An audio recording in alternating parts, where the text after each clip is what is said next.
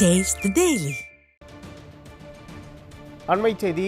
மறைமலை நகர் நகராட்சிக்கு உட்பட்ட இடங்களில் நிலவி வரும் பல்வேறு சுகாதார சீர்கேடுகள் மற்றும் நிர்வாக சீர்கேடுகளுக்கு காரணமான நகராட்சியை கண்டித்து வரும் 8ஆம் தேதி செங்கல்பட்டு மேற்கு மாவட்ட மறைமலை நகர் கழகத்தின் சார்பில் மாபெரும் கண்டன ஆர்ப்பாட்டம் நடைபெறும் என அதிமுக பொதுச் செயலாளரும் எதிர்க்கட்சித் தலைவருமான எடப்பாடி கே பழனிசாமி அறிவித்திருக்கிறார்.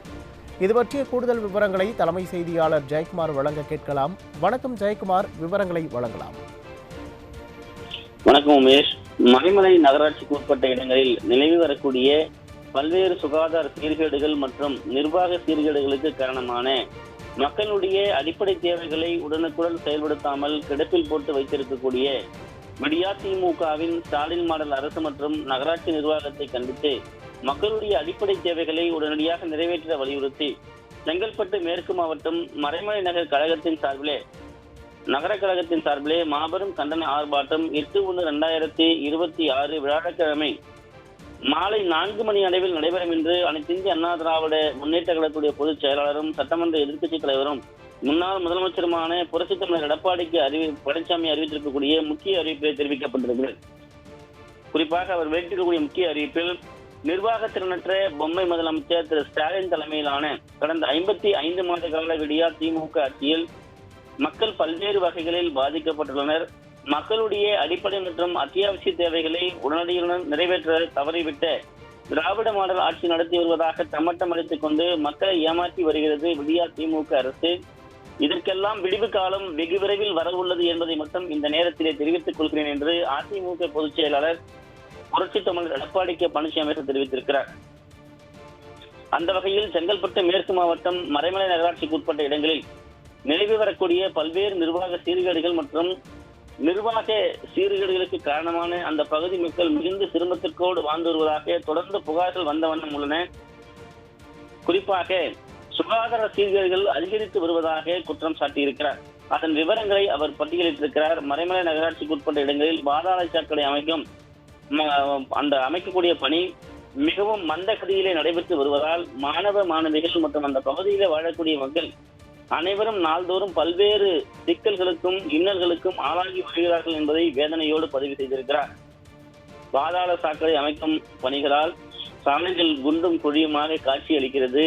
பெரும்பாலான சாலைகளில் அடைப்புகள் ஏற்பட்டு கழிவுநீர் சாலைகள் ஆறு போல ஓடுவதால் பாதசாரிகள் வாகன பயணிகள் என தொடர்ந்து பல்வேறு இன்னல்களுக்கு விபத்துகளுக்கும் ஆட்பட்டக்கூடிய சூழ்நிலை நிலவி வருவதாக வேதனையோடு அந்த பகுதியில் இருக்கக்கூடிய மக்கள் தெரிவித்து வருவதை சுட்டிக்காட்டியிருக்கிறார். இங்குள்ள தொல்காப்பியர் சாலை, சமுதாய நலக்கூடம் மற்றும் விளையாட்டு திறல் கட்டி முடிக்கப்பட்டு நீண்ட காலமாக பயன்பாட்டிற்கு கொண்டு வரப்படாமல் இருப்பதால் மாணவ மாணவியர் ஏழை எளிய மக்கள் மிகுந்த சிரமப்படுவதாக தெரிவித்திருக்கிறார். மறைமலை நகரில் போக்குவரத்து நெரிசலை குறைக்கும் வகையில் கொண்டு வரப்பட்ட கூடலூர் கடம்பூர் இணைப்பு சாலை அமைப்பதற்கு டெண்டர் விடப்பட்டும் பணிகள் தொடரப்படாத காரணத்தினால் நாள்தோறும் போக்குவரத்து நெரிசல் ஏற்பட்டு விபத்துக்கள் நடைபெற்று வருவது தொடர்கதையாகி வருவதாக குறிப்பிட்டிருக்கிறார். அனைத்து இந்திய அண்ணா திராவிட முன்னேற்ற கழக ஆட்சியிலே மக்கள் நலன் கருதி பல திட்டங்கள் பல இடங்களில் சுத்திகரிக்கப்பட்ட குடிநீர் முறையாக வழங்கப்பட்டு வந்தது. திமுக ஆட்சியில் முறையான பராமரிப்பு இன்றி முடக்கப்பட்டுள்ளதால் குடிநீருக்காக மக்கள் சிரமப்பட்டு வருவதையும் மிகுந்த வேதனை அடைந்திருப்பதையும் அதிமுக பொதுச் செயலாளர் புரட்சித் தமிழர் எடப்பாடி கே பழனிசாமி அவர்கள் குற்றம் சாட்டியிருக்கிறார். குடிநீர் மற்றும் நிலத்தடி நீருக்கு ஆதாரமாக விளங்கக்கூடிய நினைக்கரை ஏரி, காட்டாங்குளத்தூர் ஏரி, பொத்தேரி ஆகிய ஏரிகள் முறையாக பராமரிக்காததோடு கழிவுநீர் கலக்கப்பட்டு குட்டைகளாக மாறி சுகாதார சீர்கேடு ஏற்பட்டு மக்கள் பல்வேறு நோய்களுக்கு ஆட்படுவதாக தொடர்ந்து புகார்கள் வந்த வண்ணம் உள்ளன என்று குற்றம் சாட்டியிருக்கிறார். மக்கள் நலனில் சிறிதும் அக்கறை இல்லாமல் இருந்து வரக்கூடிய திமுகவின் ஸ்டாலின் மாடல் அரசுக்கு அதிமுக பொதுச் செயலாளர் புரட்சித் தமிழர் எடப்பாடி கே பழனிசாமி அவர்கள் தனது கடும் கண்டனத்தை தெரிவித்துக் கொள்வதாக தெரிவித்திருக்கிறார்.